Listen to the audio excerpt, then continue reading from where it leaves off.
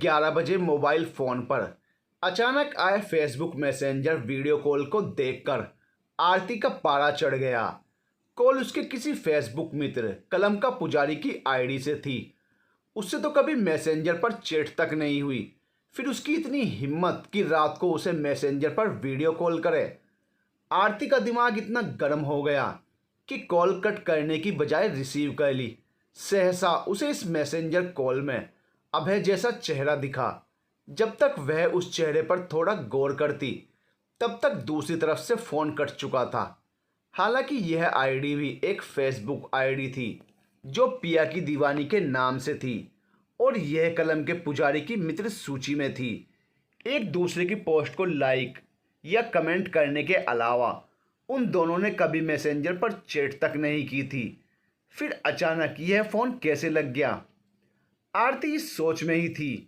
उसने चेक किया तो कॉल उसकी तरफ से ही लगा था। एक बार आरती ने फिर से कलम के पुजारी आईडी की प्रोफाइल चेक की तो देखा फेसबुक डीबी में शिवजी की डमरू लिए फ़ोटो थी। ना स्थान का पता, ना जन्मदिन का, ना व्यवसाय का। उसमें ऐसी कोई जानकारी नहीं थी जिससे आरती को लगता कि वह उसका प्यार अभय ही है। पर उसकी रचनाओं में कुछ ऐसी कशिश थी कि आरती उसकी नायिका में खुद को ही देखा करती थी। वह दीवानी सी उसकी प्रत्येक कविता या कहानी की प्रतीक्षा करती थी और हर कहानी की खुले मन से तारीफ भी करती। ज़रूरी होता तो सुझाव भी देती थी, पर यह सब भी पूर्णतया मर्यादा में रहकर ही होता। न उसने कभी इस कलम के पुजारी से कोई मैसेंजर पर चैट की और ना ही दूसरी तरफ से कोई चैट की पहल होती। हालांकि उसके हर कमेंट पर संक्षिप्त सा उत्तर, आपकी बहुमूल्य टिप्पणी हेतु आभार, कई बार आरती को झुंझलाने पर मजबूर कर देता। वह सोचती थी कि यह कलम का पुजारी कितना घमंडी है, पता नहीं क्या समझता है खुद को। उसके इतने दिल से लिखे कमेंट का कॉपी पेस्ट किया रिप्लाई। जब उसकी 2-4 पोस्ट इग्नोर करूंगी ना, तब उसे मेरी कीमत पता चलेगी। आरती ने सचमुच उस कलम के पुजारी की अगली 2-3 पोस्ट पढ़ तो ली, पर कोई रिएक्ट नहीं किया। मगर इस कलम के पुजारी पर इसका कोई असर नहीं हुआ, बल्कि आरती को ही लगता कि कहीं वे कलम का पुजारी उसे भूल तो नहीं जाएगा। इसलिए वे खुद ही सब कुछ भूलकर फिर से कमेंट करने लगती ताकि उसकी मौजूदगी बनी रहे। पिछले लगभग 2 वर्षों से यही हो रहा था। तो क्या अभय ये जानता था कि मैं पिया की दीवानी आईडी दरअसल आरती की ही है? नहीं, यह कैसे संभव हो सकता है? ना तो उसने अपना सही नाम लिखा, ना ही कोई महत्वपूर्ण जानकारी। सिर्फ शहर का नाम लखनऊ और उसके जन्मदिन की तारीख से अभय को कैसे पता चलता कि मैं ही आरती हूँ? और यदि पता था तो पिछले 2 वर्षों में उसने संपर्क करने की कोशिश क्यों नहीं की? यहाँ तक कि फेसबुक में भी जन्मदिन की शुभकामनाएं नहीं दी थी। तो क्या यह पूर्णतया इत्तेफाकी था जो करीब 12 वर्ष से बिछड़े युगल अचानक से फेसबुक मैसेंजर के वीडियो कॉल के जरिए पुनः एक दूसरे को देख सकें? एक बार तो आरती ने सोचा कि वह फिर से मैसेंजर पर वीडियो कॉल करके अभय को बता दे कि वह पिया की दीवानी दरअसल उसके ही प्यार में दीवानी आरती की ही आईडी है। मगर इतनी रात को वीडियो कॉल करना आरती को सही नहीं लगा। आरती और अभय दोनों एक साथ ही लखनऊ के एक नामी स्कूल में पढ़ते थे। आरती तो पढ़ने में शुरू से ही अव्वल थी, पर अभय औसत दर्जे का विद्यार्थी था। उस बालपन के अभय की भोली सी मुस्कान पर सभी फिदा हो जाते थे। खुद आरती को भी पता नहीं अभय को देखते ही क्या हो जाता। उसके प्यारे से गालों को खींचे बिना आरती का मन ही नहीं भरता था। अभय तो आरती को देखकर ही दोनों गालों को हथेलियों से पकड़कर बैठ जाता ताकि आरती उसके गाल न खींच सके। मगर शरारती आरती कहाँ हार मानने वाली थी। वह गब्बू से अभय की गर्दन या बगल में गुदगुदी कर देती, जिससे अभय के हाथ गालों से हटकर गर्दन तक आ जाते और आरती को मौका मिल जाता अभय के रसगुल्ले से गाल खींचकर भाग जाने का। और अभय उसके पीछे गुस्से से भागता, ठहर जा मोटी, जबकि वास्तव में अभय ही आरती से मोटा था। मैं तेरी मम्मी को बताऊंगा कि तू मुझे कितना परेशान करती है। पढ़ाई में अव्वल आरती से सारे सहपाठी छात्र छात्राएं काफ़ी मांगा करते। वे किसी न किसी बहाने उसके पास रहना चाहते थे, पर आरती किसी को भी जरा सा भी भाव नहीं देती थी। पर अभय के लिए उसके मन में उस समय से ही विशेष स्थान था। वह बिना उसकी मदद मांगे ही उसको अपने नोट्स दे देती। टीचर्स यदि अभय को किसी बात पर चेतावनी देते तो आरती अभय को लेकर मध्याह्न समय में ही बिना बोले उसके प्रॉब्लम सुलझाने में मदद कर देती थी। उस समय उसके लंच बॉक्स में जो भी कुछ रखा होता वह अभय के साथ शेयर करना चाहती थी। हालांकि पेटू अभय अपने टिफिन को अकेले ही चट कर जाता था, पर इसके बावजूद यदि आरती को कोई चोट लग जाती तो अभय ना जाने कहां से आकर बिना बोले ही उसकी चोट पर दवाई कराने के लिए स्पोर्ट्स टीचर को पकड़ लाता और स्कूल का फर्स्ट एड बॉक्स लेकर मरहम पट्टी करने के लिए कहता।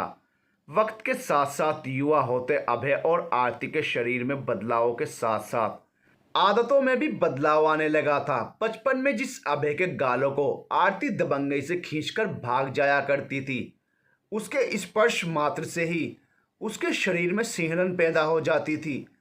अभय भी अपने अल्हड़ स्वभाव से अलग आरती के लिए थोड़ा केयरिंग स्वभाव का हो गया था। हाई स्कूल तक आते आते अभय थोड़ा परिपक्व सा होता जा रहा था। उसने इतनी लगन से पढ़ाई की, सब अचंभित हो गए और वह हाई स्कूल में प्रथम स्थान लाया और आरती को महज 6 अंक से पिछड़कर द्वितीय स्थान पर ही रहना पड़ा।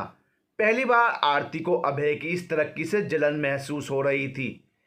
एक बार दूसरी क्लास के एक लड़के ने जब आरती पर अभद्र छींटाकशी कर दी तो अभय उस लड़के से इस तरह भिड़ गया मानो वह लड़का अभय के लिए भला बुरा कह रहा हो।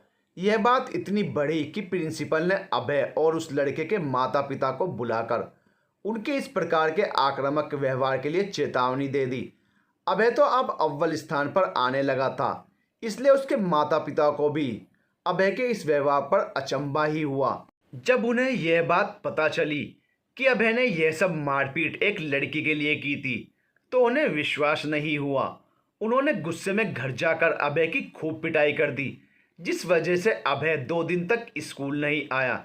चूंकि अभय एक प्रतिभाशाली छात्र था, इसलिए प्रिंसिपल ने एक मनोवैज्ञानिक काउंसलर की मदद से अभय के माता पिता को फ़ोन करके समझाया कि यह सब तो अभय की युवावस्था में हो सकने वाली सामान्य बातें हैं। अभय प्रतिभाशाली लड़का है, यदि आप लोग उससे इतनी कड़ाई से पेश आओगे तो हो सकता है कि अभय डिप्रेशन में कोई गलत कदम उठा ले या किसी गलत संगत में पड़कर अपना भविष्य चौपट कर दे। उसी मनोवैज्ञानिक काउंसलर की सलाह के अनुसार अभय के माता पिता ने अभय से कहकर एक बार आरती को अपने घर बुलाकर उसी के मार्फत अभय को विनम्रता लगन के साथ हायर सेकेंडरी परीक्षा की तैयारी करने के लिए प्रेरित करने का अनुग्रह किया।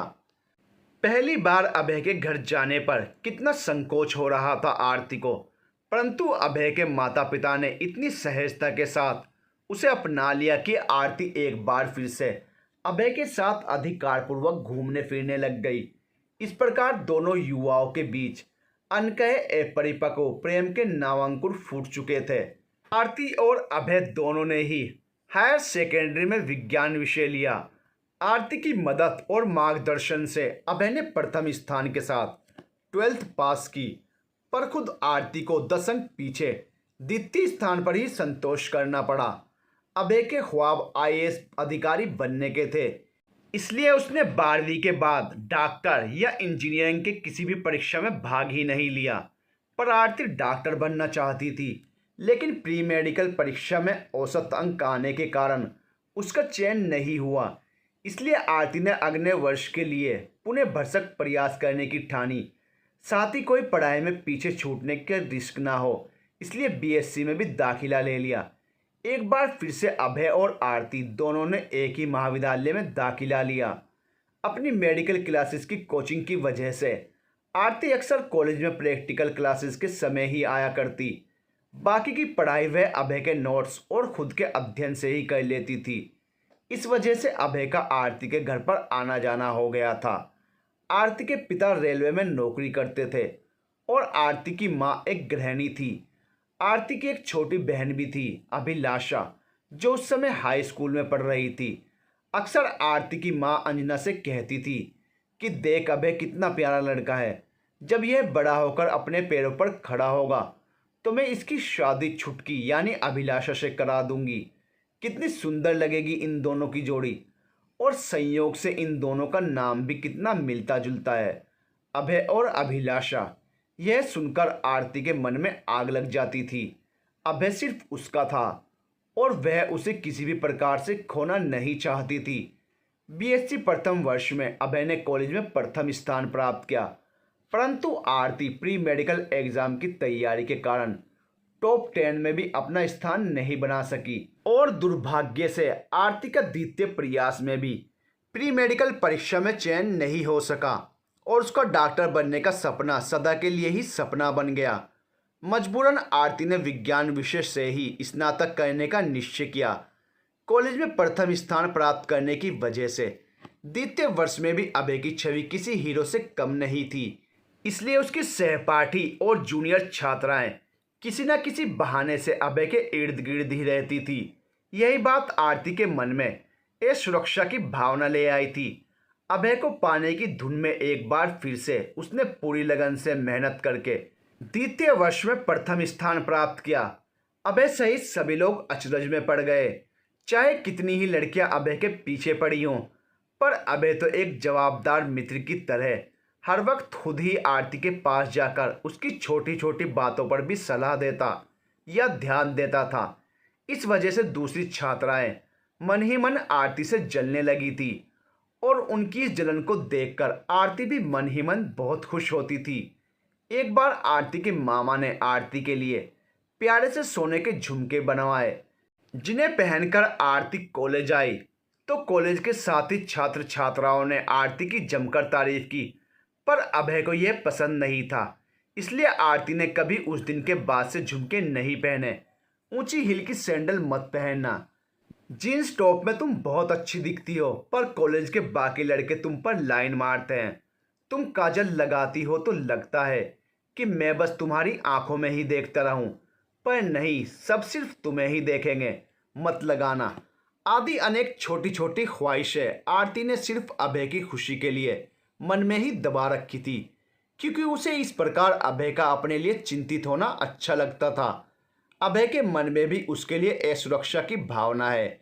यह बात ही आरती के मन में उमंग भर देती थी। अब लंच टाइम में कॉलेज की कैंटीन हो या प्रैक्टिकल क्लास की लैब, आरती और अभय कहीं भी साथ ही देखे जा सकते थे।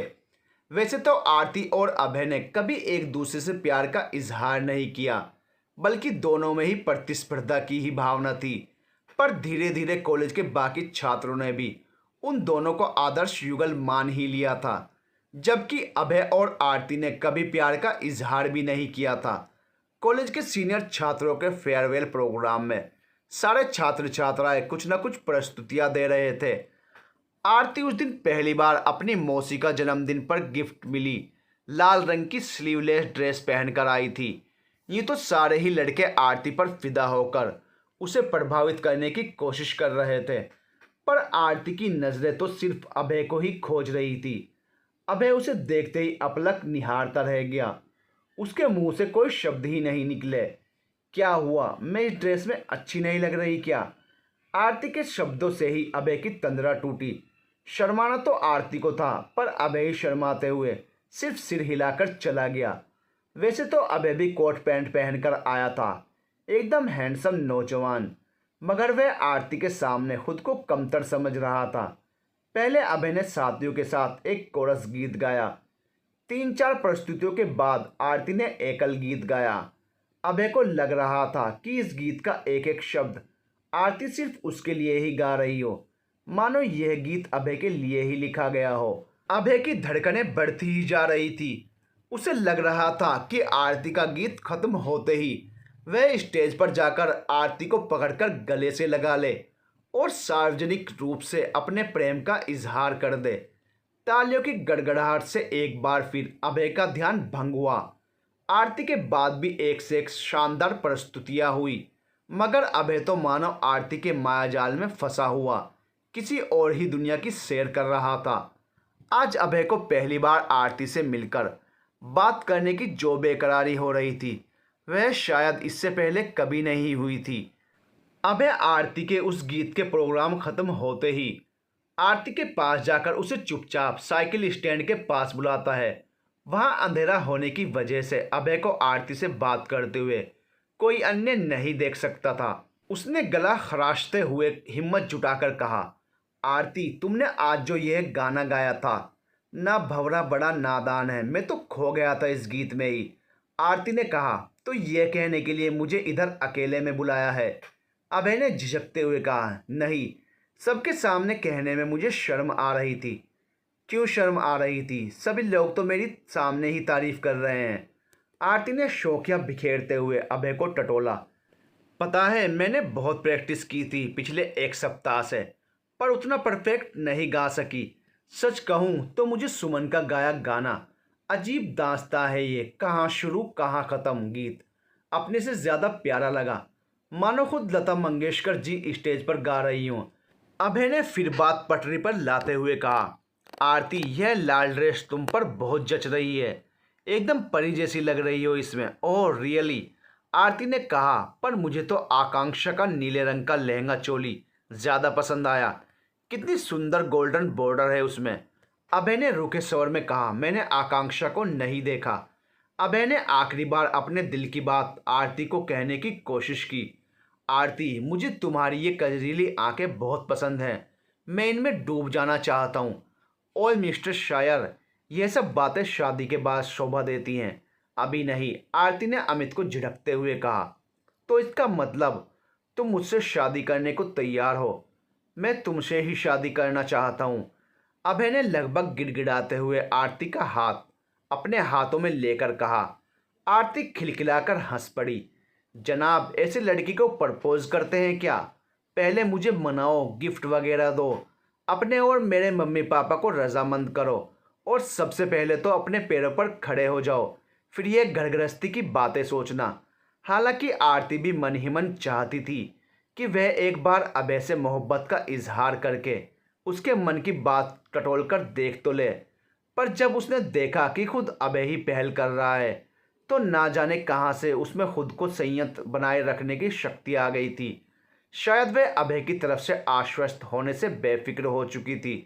जब प्यार का इजहार हो गया और कबूल भी हो गया, फिर भला उस उम्र में ऐसे युगल को और क्या चाहिए। अभय और आरती में बढ़ती नज़दीकियां सबको नजर आने लगी। सहपाठी छात्र तरह तरह के गॉसिप बनाने लगे।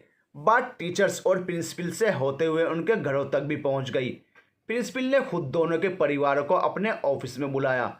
आरती और अभय एक अपराधी की तरह प्रिंसिपल और अपने परिवार के सामने खड़े थे। प्रिंसिपल ने उन दोनों को बाहर जाने को कहा।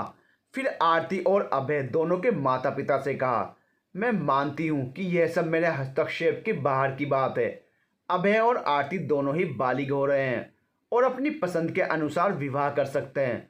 मुझे आप दोनों परिवारों को बुलाने का मकसद यह है कि दोनों ही प्रतिभाशाली छात्र हैं।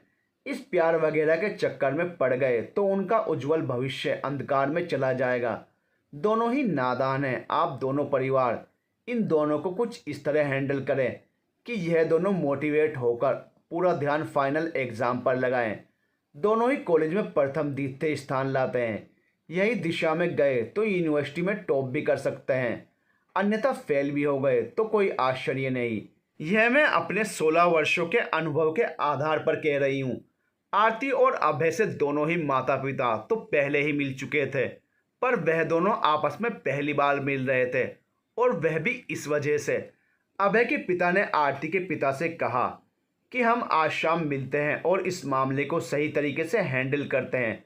दोनों परिवारों ने प्रिंसिपल का शुक्रिया करके घर वापस आ गए। शाम को एक बार फिर दोनों परिवार साथ में थे। उन दोनों ने ही बच्चों के उज्जवल भविष्य की खातिर शादी का आश्वासन यह कहकर दिया कि यदि अभय और आरती अपने अपने ड्रीम जॉब में लग गए। उन दोनों परिवारों ने दुनिया देखी थी, जानते थे कि अभी हामी भर देने से कोई विवाह तो हो नहीं जाएगा। उलट दोनों बच्चे सही दिशा में पढ़ाई करके सेटल हो जाएंगे। उनका यह प्यार तो शारीरिक आकर्षण मात्र है। जब जॉब में लगेंगे उनको अपने पद और प्रतिष्ठानुरूप कोई ना कोई सुयोग्य साथी तो मिल ही जाएगा। परिवार, शिक्षकों के सहयोग से और मार्गदर्शन से उन दोनों ने फाइनल ईयर में यूनिवर्सिटी में अच्छा स्थान बनाने का लक्ष्य रखा था। अच्छी मेहनत के फलस्वरूप आरती और अभय दोनों ने कॉलेज में प्रथम व द्वितीय स्थान प्राप्त किया और यूनिवर्सिटी में भी आरती का द्वितीय और अभय का 5वां स्थान आया था। अभय के पिता ने अमित की इच्छा के अनुसार उसे आईएएस अधिकारी की परीक्षा की कोचिंग के लिए कोटा भेज दिया था। वहीं आरती ने एमएससी से स्नातकोत्तर करने के लिए लखनऊ विश्वविद्यालय में ही दाखिला लिया। आरती को अच्छे से याद है कि उस साल जब होली की छुट्टियों में अभय घर आया था, तभी वह एक शाम आरती से मिलने उसके घर आया था। उससे शाम को पार्क में मिलने का वादा लेकर। वह शाम आरती के जीवन की सबसे हसीन शाम थी। पार्क की उस बेंच पर आरती और अभय एक दूसरे के हाथ विश्वास से पकड़े हुए डूबते सूरज की सुनहरी धूप देख रहे थे और साथ साथ बुन रहे थे अपने जीवन के सुनहरे सपने। आरती, मेरा आईएएस में चयन होने पर मुझे 2 साल की ट्रेनिंग के लिए देहरादून जाना होगा, फिर 1-2 साल सेटल होने में लग जाएंगे। तुम मेरे लिए इंतज़ार करना। आरती ने अभय के इरादों को सहमति देते हुए उसके कंधे से अपना सिर टिका दिया। आरती ने कहा कि पिताजी थोड़ा शादी के लिए दबाव बना रहे हैं, पर मैंने ही एमएससी करने के नाम पर उनको 2 साल के लिए टाल दिया है। तुम मन लगाकर तैयारी करो, मैं तुम्हारे इन मजबूत इरादों के बीच बिल्कुल भी नहीं आऊँगी। अब हम तभी मिलेंगे जब तुम इस परीक्षा को पास कर लोगे। मुझे तुम पर पूरा विश्वास है, मैं तुम्हारा इंतज़ार करूँगी। आरती भरी हुई आंखों से अभय को जाते हुए देख रही थी। वह शाम उन दोनों की मुलाकात की आखिरी शाम थी। अतीत की यादों को झरोखे से झांक रही आरती ने घड़ी की ओर देखा तो उस समय रात के 1:30 बज रहे थे। आरती को समझ ही नहीं आया कि कैसे वक्त इतनी तेजी से गुजर गया। उसने निश्चय किया कि सुबह उठते ही मैसेंजर पर मैसेज करके वह कन्फर्म कर लेगी कि दूसरी तरफ से कलम के पुजारी की नाम की आईडी वह दरअसल अभय की है भी या नहीं। सुबह उठते ही उसने बेसब्री से मैसेंजर पर उस आईडी कलम के पुजारी पर फ़ोन लगाया, मगर वहाँ से कोई रेस्पॉन्स नहीं आया। जब 2-3 बार कोशिश करने पर भी दूसरी तरफ से कॉल नहीं उठी तो आरती नर्वस हो गई। उसने घड़ी की तरफ देखा तो सुबह के 5:45 बज रहे थे। लगता है जनाब इतनी देर तक सोते रहते हैं, सोचकर आरती अपनी दिनचर्या की गतिविधियों में व्यस्त हो गई। उसे ठीक 8 बजे अपने कॉलेज जो पहुंचना था। कॉलेज पहुंचकर आरती अपनी क्लास में इतनी व्यस्त हो गई कि उसका मोबाइल पर ध्यान ही नहीं गया। दोपहर में अचानक जब मोबाइल डाटा ऑन किया तो देखा कि मैसेंजर पर अभय की आईडी कलम के पुजारी से संदेश था। देवी जी, मैं फेसबुक पर आपका मात्र मित्र हूँ और यह मित्रता एक दूसरे की पोस्ट पढ़ने के लिए सीमित की गई है। कृपया मैसेंजर ऐप का इस्तेमाल करके वीडियो कॉल के जरिए मुझसे व्यक्तिगत संबंध बनाने की कोशिश ना करें। यदि आप कुछ कहना भी चाहती हैं तो वह कमेंट मेरी फेसबुक वॉल पर ही लिखें, मुझे ज़्यादा खुशी मिलेगी। दोबारा मैसेंजर कॉल करने की दशा में मैं आपको ब्लॉक या अनफ्रेंड कर दूंगा। उफ, इतने साल हो गए पर इस बंदे का एटीट्यूड नहीं बदला, सोचकर आरती की हंसी छूट गई। गोया कोई और अवसर होता तो इसी बात पर किसी का भी खून खोल उठता, पर अभय ये तो नहीं जानता था ना कि पिया की दीवानी आईडी दरअसल आरती की ही आईडी है। आज के समय में लड़के तो बस अवसर ही देखते हैं लड़की से बात करने का, पर यह महाशय तो वीडियो कॉल करने वाली लड़की को ही झिड़क कर भगा रहे हैं। मतलब अब भी उसका चरित्र अच्छा ही होगा। आरती ने उसे मैसेज किया, तुम अमित हो ना? काफ़ी देर तक कोई उत्तर न आने पर आरती कॉलेज की टीचिंग पूर्ण करके घर वापस आ गई। शाम को जब वह वापस आई तो मैसेंजर पर अभय का उत्तर था, जी कौन हैं आप और मुझसे क्यों इतना व्यक्तिगत रूप से जुड़ना चाहती हो? मैं क्या हूँ, कौन हूँ, क्या करता हूँ, यह सब मेरा व्यक्तिगत है और यह सब मैं किसी से साझा करने में यकीन नहीं रखता। मैं सिर्फ साहित्य के पठन और पाठन के लिए ही इस सोशल मीडिया से जुड़ा हूँ। इसके अलावा मैं कोई अन्य जानकारी नहीं दे सकता। जहां आरती अभय के मैसेज के लिए व्याकुलता से प्रतीक्षा कर रही थी। अभय के बेरुखी भरे मैसेज से उसे निराश कर रहे थे, इसलिए उसने 2 शब्दों में उत्तर दिया, मैं लखनऊ से आरती। आरती आशा कर रही थी कि अभय यह जानकर कि उसकी फेसबुक मित्र पिया की दीवानी दरअसल उसकी प्रियतमा आरती की आईडी है, अभय खुशी के मारे तुरंत फ़ोन करेगा। परंतु यह क्या, मैसेज पढ़ने के नोटिफिकेशन के बाद भी लगभग घंटे भर तक अभय का फ़ोन मैसेज नहीं आया तो आरती गुस्से से भड़क उठी। समझता क्या है अपने आप को? अभय हो सकता है बन गया होगा कलेक्टर किसी जिले का, तो क्या वह अपनी बचपन की दोस्त जिससे उसने शादी का वादा किया था उसे भूल जाएगा? कितना बदल गया है अभय, आरती दुखी मन से सोच रही थी।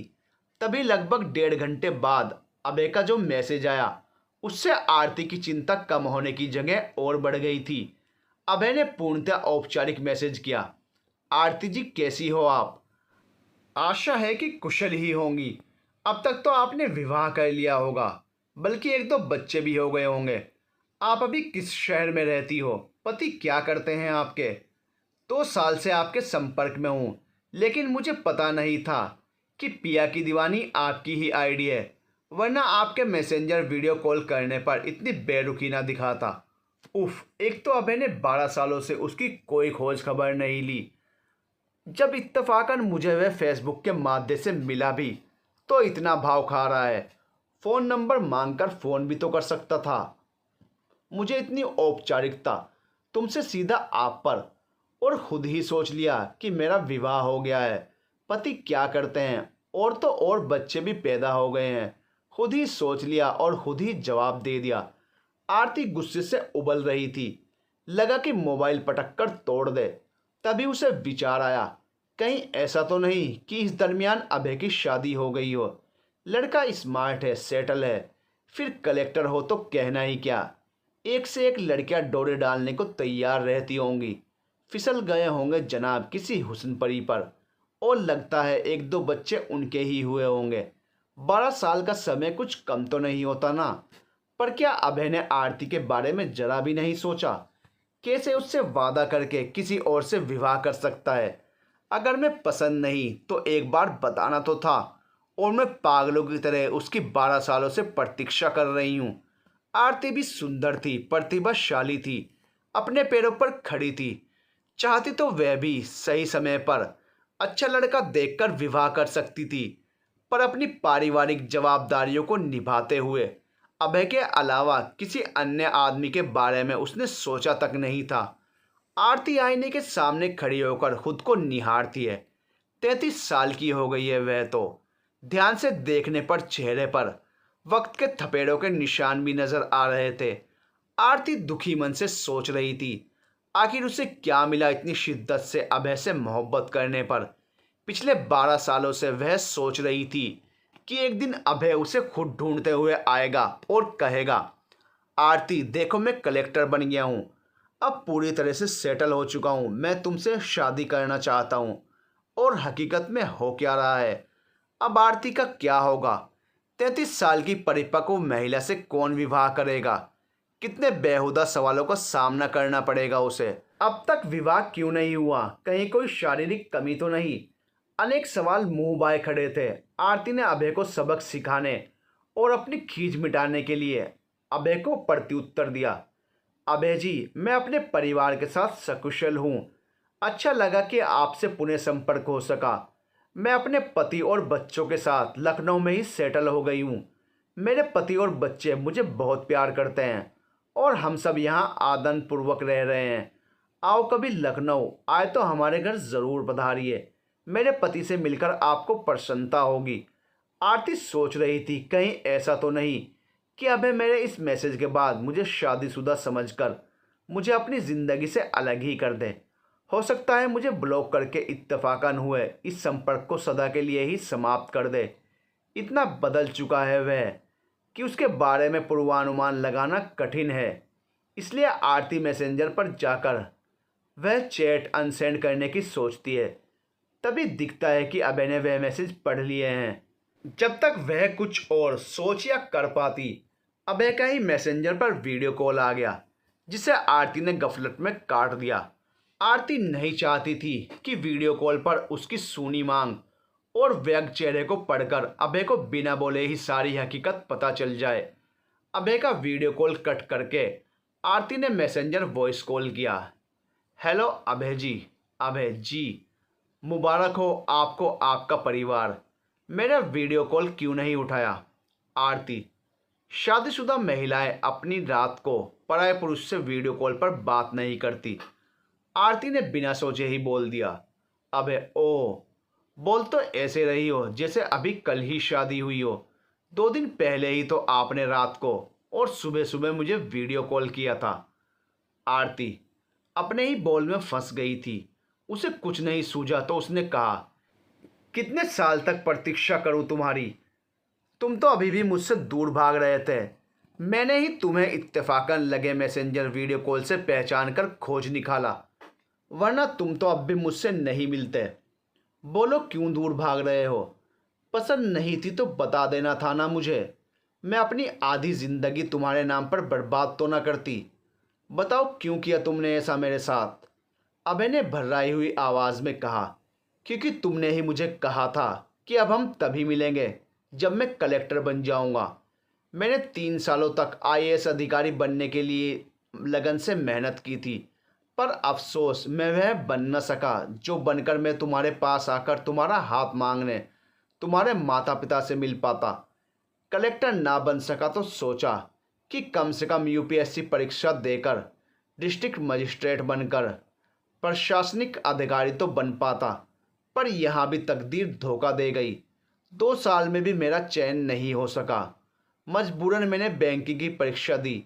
अब मैं स्टेट बैंक में लखनऊ गोमती नगर शाखा में ब्रांच मैनेजर हूँ। कभी कभी अपने विचारों को लेख और कविता कहानियों के माध्यम से फेसबुक, सोशल मीडिया आदि पर पोस्ट करता हूँ, जहाँ प्रबुद्ध लेखकों से जुड़े रहने के लिए अपनी पहचान छुपाकर कलम के पुजारी नाम से पोस्ट किया करता हूँ। और तुमने किसी और से शादी कर ली? आरती ने व्यग्रता से अभय को बीच में ही टोक कर पूछ लिया। अभय ने कहा, नहीं, मेरे माता पिता तो बहुत कोशिश कर रहे हैं, पर मुझे कोई पसंद नहीं आती। हर लड़की में तुम्हारा ही चेहरा देखने की कोशिश करता हूँ। जानती हो ना तुम कि इस दुनिया में तुमसा कोई दूसरा नमूना नहीं है, तो शायद मुझे ज़िंदगी भर कुंवारा ही रहना पड़ेगा। अभय ने अब तक शादी नहीं की सोचकर आरती ने राहत की सांस ली। उसने अभय से कहा, बिल्कुल पागल हो तुम। याद है ना, मैंने डॉक्टर बनने का मंसूबा पाले हुए 2 बार पीएमटी परीक्षा दी थी, पर मेरा चयन नहीं हुआ तो क्या मैं निराश हो गई? फिर बीएससी और एमएससी किया ना मैंने।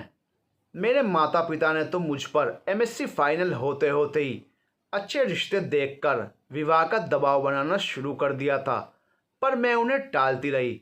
फिर मैंने एमफिल किया और पीछे पीछे अभिलाषा के विवाह को भी विलंब हो रहा था, इसलिए मजबूरन उन्होंने अभिलाषा का विवाह मुझसे पहले करा दिया।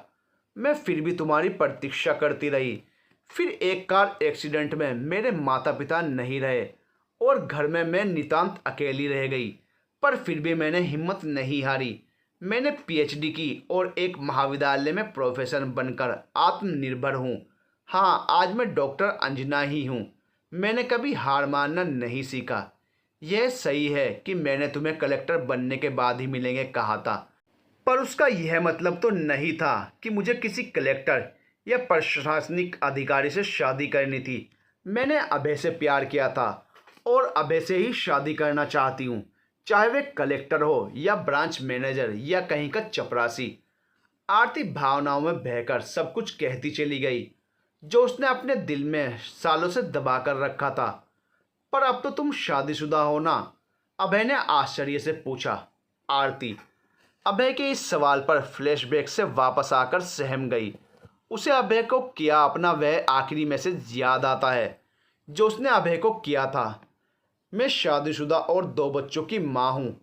तब तक वह समझ चुकी थी कि अभय भी उसकी तरह अविवाहित है और उससे ही प्रेम करता है। पर नीरा बेवकूफ़ है यह अभय। कलेक्टर नहीं बना तो क्या, अपनी महबूबा से सच कहने की बजाय भागता फिर रहा है। सच में कितना मूर्ख है यह अभय। सोचकर आरती ने उसे और मूर्ख बनाने की सोची। उसने अभय से कहा, सुनो, मेरे पति आते ही होंगे, तुम ऐसा करो, कल शाम जब ब्रांच ऑफिस से छुट्टी हो जाएगी तो मेरे यहाँ आ जाना। मैं तुम्हें अपने पति और बच्चों से मिलवाती हूँ। मैंने उन्हें तुम्हारे बारे में सब बताया है। तुम उनसे मिलकर बहुत खुश होंगे। बाय, अब फ़ोन रखती हूँ। और मेरा घर अब भी वहीं है, पुराना वाला, आना ज़रूर। इस बार कोई बहाना नहीं चलेगा, कहकर आरती ने फ़ोन कट कर दिया। दूसरे दिन ऑफिस जाने से पहले ही आरती ने घर में काम वाली बाई को घर की साफ सफाई के अलावा खिड़की दरवाज़ों के सोफा, डाइनिंग टेबल के कपड़े बदलने को कहा। काम वाली बाई ने अचरज से आरती की ओर देखा। आरती तो मन ही मन इतनी खोई हुई थी कि उसका ध्यान काम वाली बाई के भावों पर नहीं गया। शाम को कॉलेज से आकर आरती व्यस्त हो गई। गुलदस्ते में ताजे गुलाब के फूल, शोकेस में रखी चीज़ों का बारीकी से निरीक्षण कर व्यवस्थित करने, पर्दों वगैरह में मनपसंद रूम फ्रेशनर छिड़कने आदि में, फिर रसोई में जाकर मनपसंद स्नैक्स मिठाई बनाकर डिनर की थोड़ा बहुत तैयारी करके तैयार होने लगी। अभय की मनपसंद लाल रंग की साड़ी के साथ स्लीवलेस ब्लाउज, मैचिंग के झुमके, नेकलेस, कंगन, पायल दुल्हन की तरह सज रही थी आज आरती। वह भी क्यों नहीं, आज बरसों बाद उसका प्रियतम घर जो आ रहा था। आंखों में काजल लगाते हुए आरती अपने दुल्हन से रूप को देखकर खुद ही शर्मा जाती है। इधर अबे सोच रहा था, अरे आरती ने मुझे घर बुलाया है तो मुझे जाना चाहिए या नहीं। पर नहीं गया तो आरती बुरा मान जाएगी। नहीं, मुझे तो जाना ही पड़ेगा। तो कैसे मिलूंगा मैं अपनी गर्लफ्रेंड के पति से, और उसके बच्चे मुझे क्या कहेंगे। ब्रांच मैनेजर होने के नाते अब तक सैकड़ों महिलाओं और उनके रिश्तेदारों से मिला हूं मैं अब तक, पर ऐसा अजीब तो मुझे कभी नहीं लगा। अबे आज अपने असिस्टेंट ब्रांच मैनेजर को ऑफिस बंद करने की जिम्मेदारी देकर उसे कुछ ज़रूरी काम है कहकर ठीक 5 बजे बैंक से निकल गया। घर पहुंचकर वैसे तो शायद ही कभी नहाता होगा, पर आज शेविंग करके फिर से नहा धोकर तरोताज़ा हो गया। अपनी मनपसंद जीन्स और टी शर्ट्स, स्पोर्ट्स शूज़ पहनकर वह किसी कॉलेज जाने वाले छात्र से कम नहीं लग रहा था। पहली बार आरती के घर जा रहा हूँ तो क्या ले जाऊँ, यह सोचकर अभय ने फ्लावर गार्डन नामक फूल बेचने की प्रसिद्ध दुकान से एक सुंदर सा ताज़े गुलाब के खुशबूदार फूलों का गुलदस्ता खरीदा। वहीं से पास की दुकान से आरती के बच्चों के लिए 2 बड़ी डेयरी मिल्क सिल्क चॉकलेट खरीदी। और आरती के लिए क्या खरीदना है, बहुत सोचने पर उसे याद आया कि आरती को बचपन से टेडी बियर बहुत पसंद है। तो उसने एक बड़ा सा सुंदर फोम का गुलाबी रंग का टेडी बियर खरीद कर अपनी कार में रख लिया। अब तक उसे आरती का भी फ़ोन आ गया था, तो वह जल्दी से कार चलाकर आरती के घर पहुंचकर कार का हॉर्न बजाता है। वह सोचता है कि शायद आरती के पति या बच्चे बाहर आकर दरवाज़ा खोलेंगे, पर शायद किसी ने आवाज़ नहीं सुनी थी, इसलिए वह खुद ही टेडी बियर, चॉकलेट और गुलदस्ता लेकर आरती के घर की डोर बेल बजाता है। दरवाज़ा आरती ही खोलती है और अभय को अंदर सोफे पर बैठने को कहती है। लाल साड़ी में आरती बहुत ही मोहक लग रही थी। अभय तो उसे अपलक निहारता रहा। जब आरती ने पानी का गिलास अभय को थमाया तो उसकी तंद्रा टूटी और हड़बड़ाहट में बोल दिया, यार तुम तो पहले से भी सुंदर दिखने लगी हो। उसकी बात सुनकर आरती खिलखिलाकर हंस पड़ी और बोली, खुद को तो देखो, तुम तो कॉलेज जाने वाले लड़के की तरह लग रहे हो। अच्छा दिखाओ क्या लाए हो मेरे लिए। अभय के साथ लाए गिफ्ट्स को देखकर आरती हंस पड़ी। उफ, ये गुलाब, ये चॉकलेट, ये टेडी बियर, यानी रोज डे, चॉकलेट डे और टेडी बियर डे सब आज ही मना लोगे क्या। अभय ने यह तो सोचा ही नहीं था कि ऐसा भी संयोग हो सकता है। वह झेंपते हुए आरती से बोला, नहीं, ये टेडी बियर सिर्फ तुम्हारे लिए, गुलदस्ता तो तुम्हारे पति के लिए और चॉकलेट दोनों बच्चों के लिए लाया हूँ। कहाँ हैं तुम्हारे पति और बच्चे। आरती, ओह तो ये बात है, बड़ी जल्दी हो रही है मेरे पति से मिलने की। पहले चाय और स्नैक्स ले लो, फिर मैं उनसे मिलवाती हूँ। चाय पीते पीते अभय को यही बात थोड़ा खटक रही थी। अगर किसी के घर कोई मेहमान आता है तो घर के पुरुष सदस्य पहले स्वागत करते हैं। यहाँ तो अब तक नहीं आया कोई। हो सकता है कि वह बीमार हो या कोई शारीरिक विकलांगता। अभय चाय खत्म होते ही आरती से बोला, चलिए मिलवाइए ज़रा अपने पतिदेव से। आरती ने कहा, क्या बात है इतनी बेसब्री मेरे पति से मिलने की। चलो मिलवाती हूँ तुम्हें अपने पति से। उसके लिए तुम्हें अंदर मेरे रूम तक आना पड़ेगा। अभय को लगा कि उसका शक सही साबित हो रहा है। शायद वे बीमार या अपाहिज हो सकते हैं।